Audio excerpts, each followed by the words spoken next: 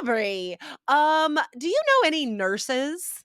I do. I have 2 close friends. They're actually my close friends' daughters who are now Cool. nurses. One is a NICU nurse, so she works with little babies in the NICU, and the Yeah. other one is a pediatric, nurse in, what's the word for, like, cancer medicine? So it's like Oh children who have gosh. cancer. Both of them, Um, I'm like, "Oh, that would be so hard." Be so yeah.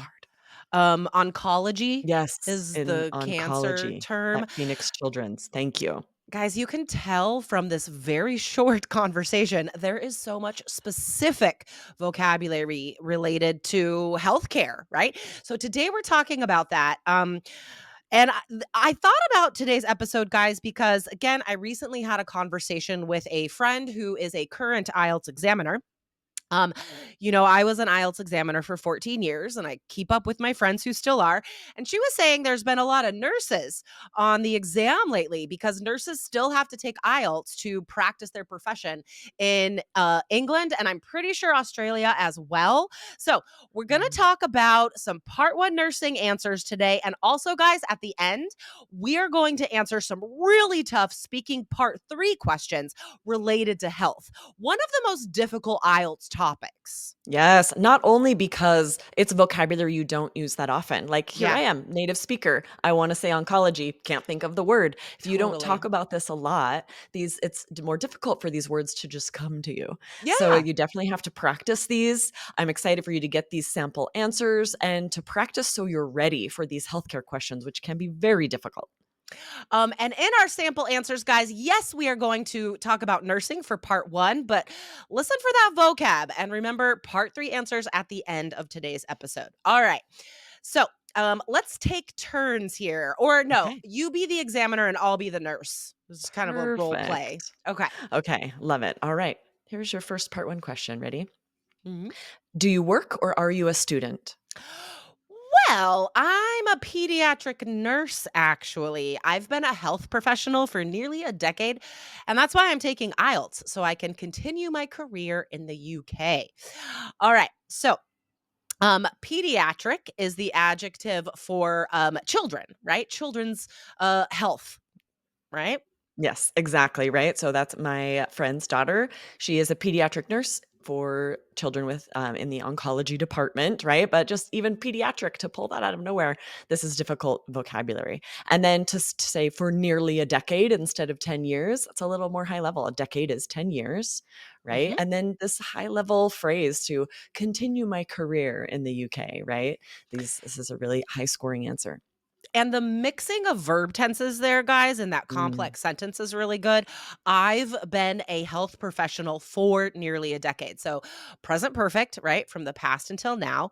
And that's why I'm taking IELTS. Present simple, present continuous. You're taking IELTS right now, right? So I can continue my career. We're talking about being able to do this in the future. So, great grammar there. All right, next question. All right. What do you like about your job? The kids. I absolutely love my patient population. And yeah, sometimes it's heartbreaking working with sick kids, and I'm still terrible about taking my work home with me. But for the most part, it's incredibly rewarding. Ah, I love that. Such good vocab patient population, right? Just Mm, all of the patients that you're seeing. And then to admit, right? Sometimes it's heartbreaking working with sick kids. Absolutely. And in fact, well, I love, first of all, this phrase, taking my work home with me. That mm, doesn't mean taking home papers to grade like a teacher might. It means emotionally taking exactly. home the difficult things that you faced during the day. And this could be applied to any job because every job is stressful somehow, Absolutely. right? Every job. And this could be applied to anything where you are upset at home, you're emotionally challenged at home because of your job, right? Yeah. So I think everybody does this sometimes. Yes. And keep in mind, if you are exhausted and really fed up at work, you can be honest. The examiner is not expecting a positive. They don't, doesn't matter if it's not positive. If you get Yeah. this question and you're like, honestly, right now, nothing. Like, I'm exhausted all the time. I'm working 13-hour shifts. That also works, right? Be honest, be Totally. authentic. That's also a high scoring answer as long as you use unique vocabulary, share details. Totally. All right. Let's get into these speaking part three answers, guys. These we picked out two tough questions here. We'll save the hardest for last. All right. So I'm gonna ask you first, okay? Okay. All Yes. right. What costs are involved when you are ill in your country? Oh, this really depends on whether a person has health insurance or not. If not, they can get saddled with huge costs that they can't afford. They might have to declare bankruptcy rather than pay these hospital bills. The average person does have health care. It's sort of tricky about whether it's required in the US right now. But if Mhm. so, you're still paying high premiums and copays and huge bills sometimes. And there's a lot of red tape you're swimming through. It's terrible. Okay, so much great vocab.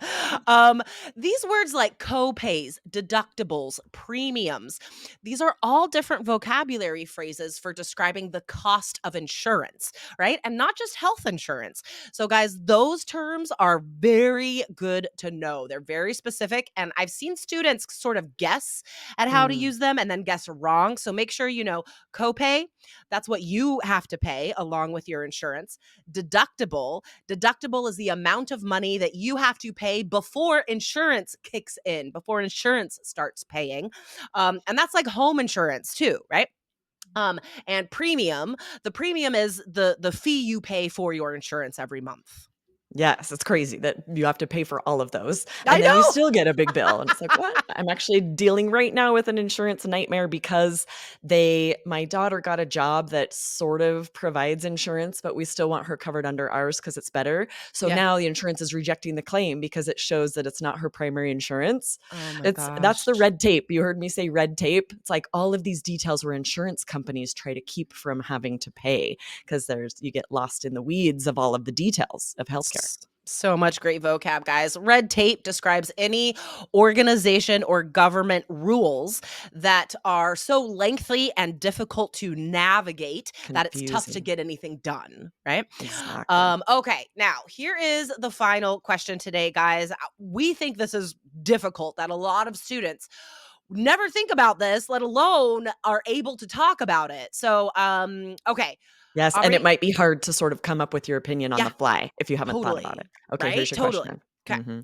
What is the best way of helping people with an addiction? Oh my gosh. You know, it's crazy because there are elections happening right now in Oregon, and I just saw a politician's ad talking about how jails are not doing their job because they don't treat addiction and mental health issues. And I think this is what it comes down to. It's like not just the best way, but who's responsible for it, right? Are jails responsible for dealing with addiction issues? I'm not so sure, but somebody has to be because nobody's dealing with it. In my city, for example, there is a fentanyl crisis that is mind blowing. People are dying every day. Someone died outside of my home because of a fentanyl overdose just last year. So I'm not sure what the best way is, but we have to think of a solution soon. This is such a great answer. I love how you just narrated your thoughts, sort of working how, what you would maybe think about it, that you're not sure about a solution, but still provided interesting details, examples about your city. Fentanyl is a very dangerous drug. A lot of here in Arizona, there's an epidemic or an epidemic, there's a problem of Mhm. vape pens being laced with fentanyl, and kids are That's dying because they're buying terrible. a bit. It's shocking, shocking. But this was a Oof. great answer, and I think this is such a difficult question because I could see a student just saying like, "I don't know, my brother is Yeah. addicted and I haven't been able to figure out how to help him." And feel like in order to be authentic, I have to just say that I don't know. You can't just Yeah. say I don't know. You have to, even if you, just like Jessica did, sort of narrate your thoughts of why you're having a hard time coming up with an option, you still have to Mhm. share some details. Just describe the reality of this issue now, Yes. right? Yep. Where you live, whatever you know about it. Okay, guys. So the takeaway today is that health is a common topic on IELTS, and you do need to prepare for this. You have seen or heard so much specific vocab today that you probably didn't know before. So definitely start reading about some health crises and issues in your country in English, right? Find an English newspaper and read some of those articles. Yes, awesome. I'm excited that you guys heard this episode and you are more ready now for these difficult healthcare questions. Awesome. Thank you, Jessica. Thank you, Aubrey. And thank you to your examiner friend for giving us all of this insider info. And stay tuned, guys. Hit follow because we're going to share more details in upcoming episodes. Definitely. All right, awesome. Have a good weekend, Aubrey. You too. Bye bye. Bye.